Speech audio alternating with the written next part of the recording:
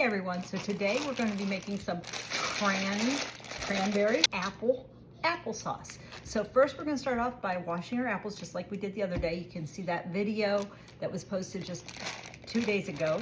And then we're going to make a applesauce. So here we go. So just like the last applesauce video, I put some water in the bottom of the pan, and now I cut all my apples in half, and now I'm going to add the cranberries, and they can just sit on top and they can fall through. I am doing 4 bags of cranberries because I want a stronger cranberry flavor. You can go milder with 1 bag. There is no definitive recipe at all. So once you get everything in the pot, put the lid on, turn your burner on to about medium, and you're going to want to get it to a soft rolling steam boil. Boil it down. Just wanted to get it where it through all the apples and the cranberries. So once your apples and cranberries have cooked down enough, we're going to put them into our Foley and we're going to strain them out. Simply put in some big scoops and then start your Foley up. Just going to run the Foley back and forth like we did before in the first applesauce video until we get it down to a pulp, and then that goes into a bucket that you can put for your chickens, or you can take it out and put it in your compost pile. Okay, so I finally got it all pureed and through the Foley. This is some seriously thick applesauce this time. I won't need to cook it down.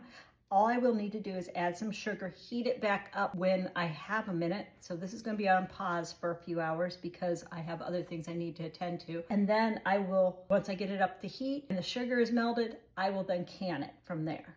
So this is my current dilemma.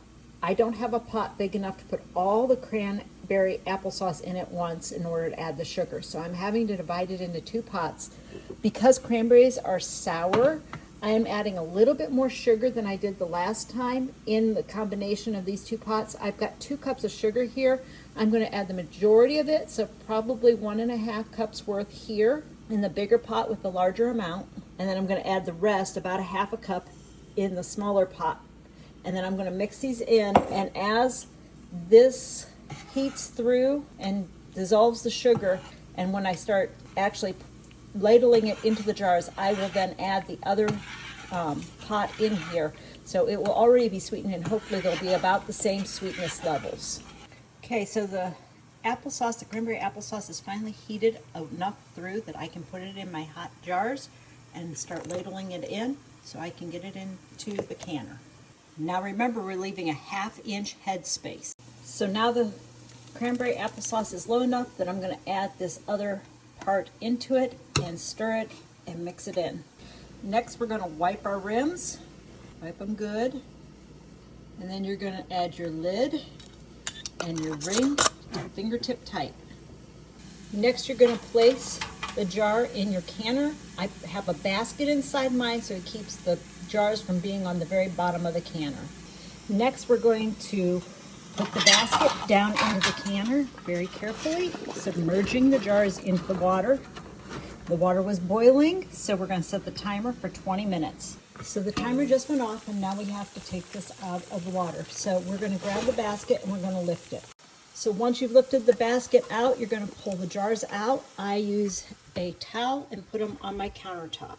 And I just tip them to get the water off and put them here to cool. We'll let them sit on the countertop for 24 hours before we wash them to store them. We wash them, we take the rings off, and we store them without the rings.